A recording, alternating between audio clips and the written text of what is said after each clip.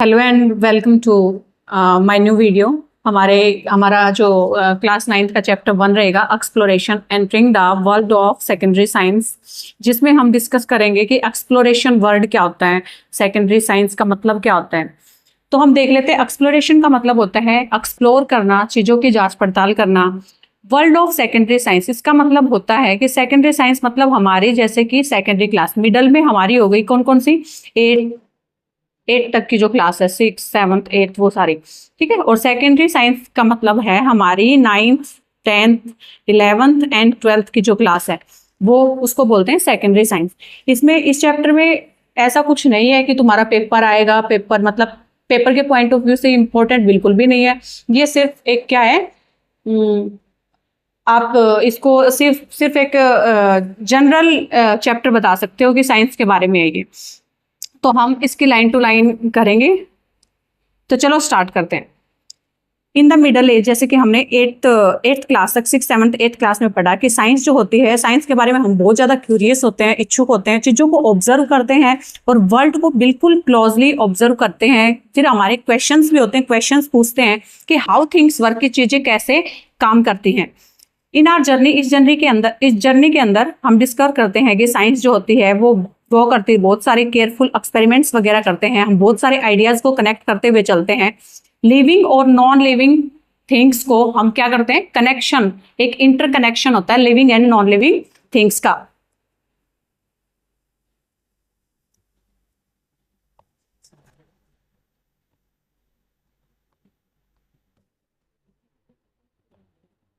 Okay, फिर उसके बाद हम इसमें क्या करते हैं, ऑब्जर्वेशंस करते हैं बहुत सारी चीज़ों की, मेजरमेंट्स करते हैं, मेजर करते हैं चीज़ों को। एंड बहुत सारे सिंबल्स होते हैं साइंस के अंदर, बहुत सारे इक्वेशंस होते हैं, मॉडल्स भी बनाते हैं उसको। कॉम्प्लेक्स जो सिस्टम होता है हमारा, कॉम्प्लेक्स चीज़ों को क्या करने के लिए, सिंप्लीफाई करने के लिए मॉडल्स भी तैयार करते हैं। ओके, एंड उसके बाद हमारे सेकेंडरी जो साइंस है, टेक्स्ट बुक के हमारा जो चैप्टर है, एक्सप्लोरेशन का मतलब होता है हम उसको क्या करते हैं, बहुत ही क्लोजली क्या करते हैं, उसकी जांच पड़ताल करते हैं, चीज़ों के बारे में थिंक करते हैं, उनके मोर केयरफुली, बिल्कुल सावधानी से, ठीक है, कि साइंटिफिक जो आइडियाज हैं वो कैसे वर्क करते हैं, वो सारी चीजें। ये चैप्टर बिल्कुल बेसिक है, जैसे मैंने पहले बताया। इसमें जो पेज नंबर जो होते हैं उसमें बहुत सारे इस टाइप से डिजाइन किया गया है कि यहाँ पे क्या होते हैं हमारे, यहाँ पे हमारा मैग्नीफाइंग ग्लास हो गया, इसमें देखिए, और फिर यहाँ पे एक क्या होता है, कंपास होता है। इस टाइप से अरेंज किया गया है। इसके अंदर ही हमारा पेज नंबर है, जैसे कि page number 2, page number 3, page number 2 जैसे मैग्नीफाइंग ग्लास के अंदर है, ये हमारा किसके अंदर है, कंपास के अंदर है। फिर ये ऐसा क्यों है उसके बारे में डिस्कस करेंगे इस सेकंड पैराग्राफ के अंदर। ओके, ये मैग्नीफाइंग ग्लास और कंपास में हमारे जो पेज नंबर हैं वो क्या डिजाइन किए गए हैं। मैग्नीफाइंग ग्लास का मतलब होता है सिंबल्स, जो क्या करती है, केयरफुल ऑब्जर्वेशन करते हैं। मतलब मैग्नीफाइंग ग्लास का मतलब क्या हो गया कि हम चीजों को क्या करते हैं, ऑब्जर्व करते हैं, वहां पे नोटिस करते हैं, उन चीजों को क्या करेंगे, ऑब्जर्व करेंगे, और क्या करेंगे, चीजों को नोटिस करेंगे, और पैटर्न, और फिर हमें अटेंशन की भी जरूरत होती है, पेइंग अटेंशन, वहां पे अटेंशन भी पे करेंगे, हम ध्यान रखेंगे वहां पे। उसके बाद यहाँ पे क्या होता है, कंपास है। कंपास का मतलब क्या होता है, बताया ना कि इसके अंदर भी क्या है, पेज नंबर है, पेज नंबर 2, पेज नंबर 3। जो मैग्नेटिक जो कंपास है हमारा, इस कंपास का मतलब क्या हो गया, यहाँ पे ये डायरेक्शन को इंडिकेट करता है। कंपास ऑलवेज हमने देखा है ना, कंपास के अंदर नॉर्थ डायरेक्शन को इंडिकेट करता है, मतलब ये एक डायरेक्शन देगा। हमारे मॉडल्स वगैरह जो कॉम्प्लेक्स जो स्टडी होती है उसको सिंप्लीफाई करके हम क्या करते हैं, मॉडल्स वगैरह बनाते हैं, क्वेश्चंस वगैरह, राइट क्वेश्चंस, ठीक है। उसके बाद मतलब इस पैराग्राफ में ये इंपॉर्टेंट है कि यहाँ पे हमारे जो पेज नंबर हैं, वो पेज नंबर, एक तो हो गया हमारा मैग्नीफाइंग ग्लास, दूसरा हो गया हमारा कंपास। मैग्नीफाइंग ग्लास के अंदर हम चीज़ों को ऑब्जर्व करते हैं, नोटिस करते हैं, और इसके अंदर कंपास में हम क्या करते हैं, डायरेक्शन इंडिकेट करता है, मॉडल्स वगैरह बनाते हैं, वो सब, ठीक है। अब हमने देख लिया एक्सप्लोरेशन का मतलब है जांच पड़ताल करना, हमारा एक पेज कंप्लीट हो गया। उसके बाद सेकंड पेज के ऊपर चलते हैं। जो नेचुरल जो वर्ल्ड होता है वो बहुत ही ज्यादा क्या होता है, कॉम्प्लेक्स होता है। नेचुरल जो वर्ल्ड है वो बहुत ही ज्यादा कॉम्प्लेक्स है। नेचुरल वर्ल्ड बहुत ज्यादा कॉम्प्लेक्स है, इसकी स्टडी फुल डिटेल में करना बहुत ही ज्यादा इम्पॉसिबल हो जाता है। ठीक है, तो फिर हम उसको सिंप्लीफाई करने के लिए क्या बनाते हैं, मॉडल्स बनाते हैं। ये जो है सिंप्लीफाई वे को, कॉम्प्लेक्स जो स्टडी है उसको बिल्कुल सिंप्लीफाई वे में क्या करते हैं, प्रेजेंट करते हैं। फिजिक्स के अंदर जैसे हमें कोई एक कार है जो मूव कर रही है एक पोजीशन से दूसरी पोजीशन के ऊपर, तो हम एक पॉइंट से उसको क्या करते हैं, शो करते हैं कि एक कार है वो मूव कर रही है ए पोजीशन से और कहाँ पे जा रही है, बी पोजीशन के ऊपर जा रही है। तो फिजिक्स के अंदर एक कार जो मूव करती है उसको क्या करते हैं, एक कार जो मूव कर रही है उसको हम रिप्रेजेंट करते हैं एक सिंगल पॉइंट से। वैसे ही केमिस्ट्री के अंदर एटम्स और जो मॉलिक्यूल्स होते हैं उनको ड्रॉ करते हैं स्फीयर से एंड किससे, बॉन्ड से। वहां पे क्या होते हैं, स्फीयर होते हैं और हमारे क्या होते हैं, बॉन्ड्स होते हैं। उनसे क्या करते हैं, डिनोट करते हैं, ड्रॉ करते हैं। बायोलॉजी के अंदर हमारी जो सेल्स होती है उनके डायग्राम होते हैं, उनके हाईलाइट करते हैं किसको, उनके की पार्ट्स को। और अर्थ साइंस के अंदर भी उनके डायग्राम को बना के उनके जो हाईलाइट्स होते हैं, की पॉइंट, उनको हाईलाइट करते हैं। अब बहुत सारी अजम्पशंस होती हैं जिनमें बहुत सारी चीजें हमें इग्नोर करने की जरूरत पड़ती है। कुछ एक डिटेल्स इग्नोर की जाती है, कुछ एक डिटेल्स जो होती हैं वो क्या होती है, इंपॉर्टेंट होती है। फिर हम उनके बारे में डिस्कस करते हैं। जैसे कि फॉर एग्जांपल हम देखें, जब हम मोशन की स्टडी, जब कोई चीज फॉलिंग ऑब्जेक्ट है ऊपर से नीचे की साइड आ रहा है, तो वहां पे अगर हम उसकी स्टडी करते हैं तो वहां पे एयर रेजिस्टेंस जो होती है हम उसको वहां पे नेग्लेक्ट कर देते हैं। क्यों? क्योंकि वहां पे बेसिक जो इफेक्ट है, ग्रेविटी का जो इफेक्ट है उसको जानने के लिए, क्योंकि हम वहां पे किसकी पढ़ाई कर रहे हैं, ग्रेविटी की। बेसिक जो इफेक्ट है ग्रेविटी का उसके बारे में स्टडी कर रहे हैं, तो हम वहां पे एयर रेजिस्टेंस को क्या कर देते हैं, नेग्लेक्ट कर देते हैं।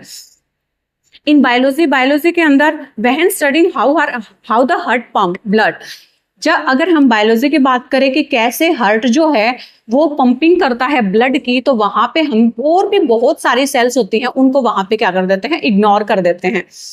ठीक है, तो बहुत सारी चीजों को मतलब हमें जो पढ़ना है उसकी स्टडी के लिए, मतलब बहुत सी चीजों को जो हमारे लिए इंपॉर्टेंट होता है उसको ध्यान में रखते हुए बहुत सारी चीजों को क्या किया जाता है, इग्नोर किया जाता है। ठीक है, उसके बाद जैसे कि हमें यहाँ पे एक एग्जांपल दे रखा है, think of A cricket ball. यहाँ पे एक क्रिकेट बॉल है, क्रिकेट शॉट है, जहाँ पे उसने क्या किया, एक हिट किया 6 से, मतलब यहाँ पे उसने सिक्सर लगाया। फिर उसके बाद यहाँ पे सिंपल एक मॉडल बनाना है जिसमें हमें क्या इग्नोर करने की जरूरत होगी और क्या हमारे लिए इंपॉर्टेंट होगा। तो यहाँ पे अगर हम डिस्कस करें तो फिर हमारे लिए जो इग्नोर करने वाली चीज होगी वो वहां पे जो ब्रांड है, बैट का जो ब्रांड है वो इग्नोर करने वाली चीज है, वो हमारे लिए जरूरी नहीं है। जो ब्रांड है ना बैट का, वो हमारे लिए जरूरी नहीं है, उसको हम इग्नोर कर देंगे। बॉल का जो कलर है उसको इग्नोर कर देंगे। Amount of grass on the field में कितनी ग्रास है, घास है, उसको भी हम इग्नोर कर सकते हैं। दूसरी साइड अगर हम देखें कि इंपॉर्टेंट हमारे लिए क्या होगा, जो मास है बॉल का, उस जो बॉल थी उसका वजन कितना है, उसको हम क्या करेंगे, इंपॉर्टेंट है वो हमारे लिए। स्पीड हमारे लिए इंपॉर्टेंट होगी, और जो डायरेक्शन है वो भी किस डायरेक्शन में वो मूव करके गई है, ये हमारे लिए इंपॉर्टेंट होगा। तो इग्नोर करने वाली चीज कौन सी हो गई कि जो बैट कौन सी ब्रांड का है, बॉल का साइज क्या है, ग्रास जो है उसमें कितनी अमाउंट ऑफ ग्रास है, उसको हम क्या कर देंगे, इग्नोर कर देंगे। और वहां पे इंपॉर्टेंट चीज क्या होगी, मास जो है बॉल का, वो स्पीड और डायरेक्शन जिसमें वो गई है हिट करके, और एयर रेजिस्टेंस जिसकी वजह से वो बॉल स्पिन की है, ये सारी चीजें। और जिस यहाँ पे एयर रेजिस्टेंस जो है उसको भी हम इग्नोर कर देंगे, और जिस धागे से वो बनी हुई है जो बॉल, उसको भी हम वहां पे इग्नोर कर सकते हैं। ये हमारा एक सिंपल मॉडल हो गया। ठीक है, मतलब इसमें हमने क्या देखा कि एक क्रिकेट शॉट है जिसने सिक्सर मारा, तो यहाँ पे हमें कौन कौन सी चीजें इग्नोर करने की जरूरत है और कौन कौन सी चीजें हमारे लिए इंपॉर्टेंट है, ये सब डिस्कस किया है। अब आगे चलते हैं। लेटेस्ट मॉडल, यहाँ पे हम क्या देखते हैं, एक बाईसाइकिल चल रही है। यहाँ पे एक क्या है, बाईसाइकिल है जो school to your home, school से घर जा रही है, ठीक है, की साइड मूव कर रही है। इस मॉडल के अंदर हमें क्या चीज इग्नोर करने की जरूरत है और क्या चीजें हमें इंपॉर्टेंट है हमारे लिए, वो चीजें। उसमें अगर हम इसके बारे में डिस्कस करें तो फिर एक मान लो एक बाईसाइकिल है जो यहाँ से मतलब होम से, घर से, और कहाँ जा रही है, स्कूल जा रही है। तो हमारे लिए क्या इंपॉर्टेंट होगा और क्या इग्नोर करने लायक होगा? तो इंपॉर्टेंट हमारे लिए क्या होगा कि वो किस स्पीड से जा रही है, जहां से वो जा रही है उसका पाथ क्या है, मतलब रास्ता कैसा है, वहां पे मिट्टी मिट्टी है या फिर रोड बना हुआ है, वो चीजें। और वेलोसिटी, वेलोसिटी क्या है उसकी, वो चीजें हमारे लिए इंपॉर्टेंट होगी। और इग्नोर करने वाली चीज कौन सी होगी? इग्नोर वहां पे हम क्या कर सकते हैं कि जो साइकिल है वो कौन सी कंपनी की है, हम उस चीज को इग्नोर कर सकते हैं। ओके, आगे चलते हैं। अब इसमें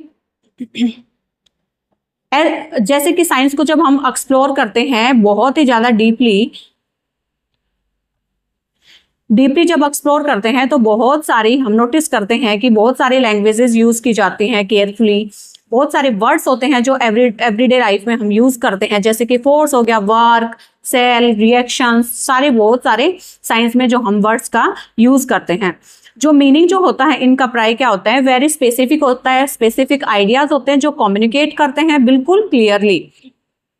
ओके, अब जैसे कि बहुत सारे क्या होते हैं, सिंबल्स वगैरह यूज किए जाते हैं, स्पेसिफिक सिंबल्स होते हैं, स्पेसिफिक यूनिट्स होती हैं, बहुत सारी क्वांटिटीज हैं, जैसे कि मान लो मास है, एक क्वांटिटी है, velocity, force and electric current. इनको जैसे मास को रिप्रेजेंट कर दिया हमने m से, वेलोसिटी को रिप्रेजेंट कर दिया v से, फोर्स को रिप्रेजेंट कर दिया कैपिटल F से, एंड इलेक्ट्रिक करंट को रिप्रेजेंट कर दिया कैपिटल I से। और इनकी क्या होती है, यूनिट्स भी होती हैं। ओके, अब क्या है, ये जो साइंस है ये इसमें मैथमेटिक्स का भी रिलेशन होता है क्वांटिटीज के बीच में, जो एक्सप्लेन करना होता है बिल्कुल केयरफुली टेस्ट किया जाता है। मतलब कि जो मैथमेटिक्स जो है साइंस के अंदर, वो हमारे लिए कोई हर्डल नहीं है, वो कोई समस्या की बात नहीं होती, वो हमारे लिए चैलेंजिंग है, चैलेंजिंग हम फील कर सकते हैं। हाँ, वहां पे हम चैलेंजिंग फील कर सकते हैं। साइंस मैथमेटिक्स कोई हर्डल नहीं है, ये लिखा हुआ है। उसके बाद इंस्टेड इट इज लैंग्वेज, मतलब ये एक लैंग्वेज है, ये भी हमारी साइंस की एक लैंग्वेज है जो क्या करती है, मतलब एक क्लियरिटी देती है किसकी, वर्ल्ड की। इसका मतलब क्या है, मतलब जो साइंस में जो मैथ आता है वो कोई एक हर्डल नहीं है, एक समस्या की बात नहीं होती। वो जो मैथ है उस साइंस के अंदर, वो एक हमें वर्ल्ड को क्लियर करने में क्या करती है, मदद करती है। और जो इक्वेशंस होती हैं या फिर कैलकुलेशंस होती हैं किसके अंदर, साइंस के अंदर, मैथमेटिकल जो इक्वेशंस होती हैं, जो कैलकुलेशन होती हैं, वो कोई रटने वाली चीज नहीं होती है, वो समझने वाली होती है। फॉर एग्जाम्पल जैसे कि हम देखें, हम मोशन की क्वांटिटीज को डिस्क्राइब कर रहे हैं, जैसे डिस्टेंस, टाइम, वेलोसिटी, इन सब चीजों को कर रहे हैं। तो ये जो है, मतलब ये हमारे लिए क्या करती हैं, चैलेंजिंग हो सकती हैं वो इक्वेशंस, वो सारी चीजें, बट ये हमें एक क्लियरिटी दे रही है। इसी सेम वे में जो मैथमेटिकल एक्सप्रेशन है, जो जैसे कि केमिकल रिएक्शंस के अंदर पॉपुलेशन जब ग्रोथ होता है या फिर एनर्जी जो चेंज हो रही है, उसमें जो हमारे सिस्टम के अंदर जो कैलकुलेशन आती है, मैथमेटिकल कैलकुलेशन है, वो हमें क्लियरली वर्ल्ड को क्लियर करने में हेल्प करवाती है। उन मैथमेटिक्स जो है साइंस के अंदर, उसको हम इक्वेशंस को याद करने के लिए नहीं होती, वो चीजें वो होती हैं अंडरस्टैंड करने के लिए, सिचुएशंस को समझने के लिए, आइडेंटिफाई करने के लिए। उन सारी क्वांटिटीज को आइडेंटिफाई करना, मैथमेटिकल जो रिलेशनशिप है उसको समझने की जरूरत होती है। मतलब ये बताया कि जो मैथमेटिक्स जो साइंस में आता है वो कोई इक्वेशंस रटने की नहीं होती, वहां पे हमें समझने की जरूरत पड़ती है। मैथमेटिक्स जो होता है वो एक पावरफुल लैंग्वेज है, किसके लिए, थिंकिंग के लिए, सोचने समझने के लिए। हमारे न्यूमेरिकल, वो सिर्फ न्यूमेरिकल्स के आंसर फाइंड आउट करने के लिए नहीं है। If you focus first on understanding the situation, अगर तुम सिचुएशन को समझते हो तो क्वांटिटीज जो इन्वॉल्व करते हैं, जो इक्वेशंस होती हैं, वो पहले तो थोड़ा मतलब मुश्किल लग सकती हैं, फिर बाद में वो बहुत ही ज्यादा साइंस को एक्सप्लोर करने में बहुत ही ज्यादा हमारे लिए क्या होती है, हेल्पफुल होती हैं।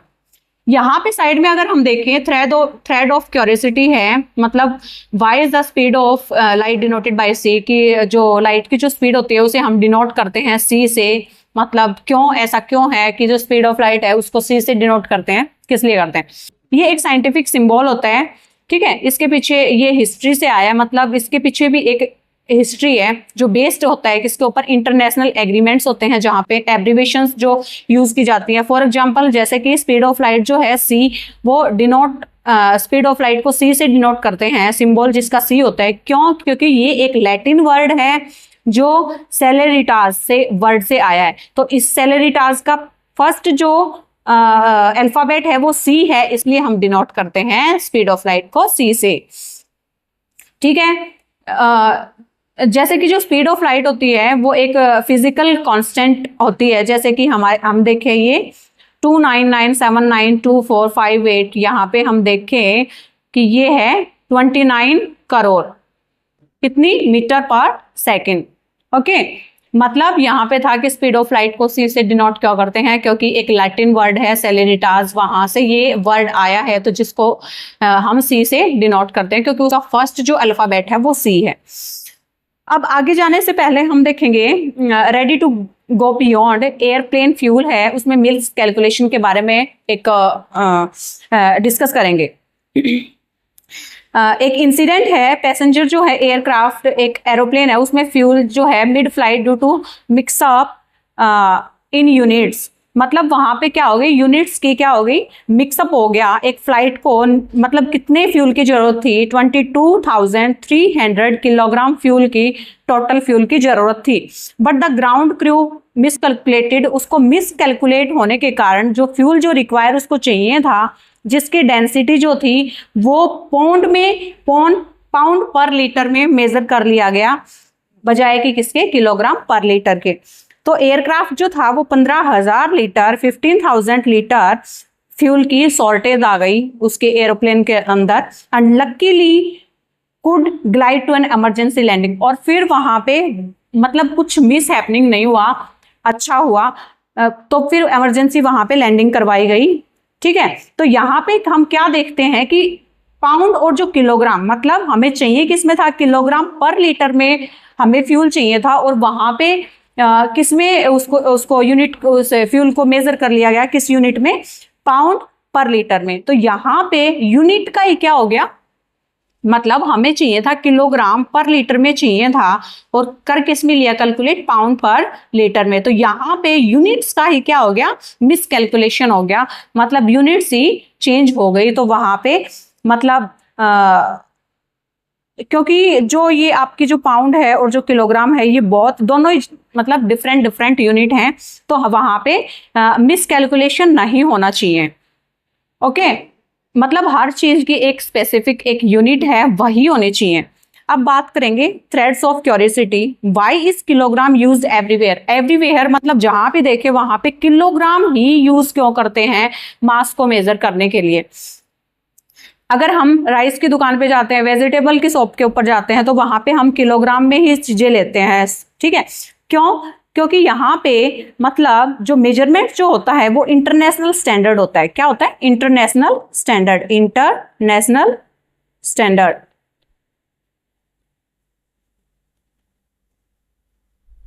इंटरनेशनल स्टैंडर्ड होता है। ठीक है, ये एक जो होती है ये इसकी वजह से ये क्या करता है, एक साइंटिफिक रिजल्ट देता है। मतलब किलोग्राम क्यों यूज करते हैं, क्योंकि ये एक इंटरनेशनल स्टैंडर्ड यूनिट है जो हमें क्या देगी, साइंटिफिक रिजल्ट देगी, इसलिए हम किलोग्राम का ही यूज करते हैं। Thank you. इस वीडियो में इतना ही, अगली वीडियो में हम इससे आगे डिस्कस करेंगे कि लॉज क्या होते हैं, थ्योरीज क्या होते हैं, प्रिंसिपल्स क्या होते हैं, और प्रेडिक्शन साइंस में कैसे की जाती हैं, वो सब डिस्कस करेंगे। प्रेडिक्शंस कभी कभी जैसे वेदर फोरकास्ट होता है वहां पे कुछ मतलब रॉन्ग भी हो जाती हैं, उन सब चीजों के बारे में बात करेंगे। थैंक यू, आज के लिए इतना ही। Thank you so much.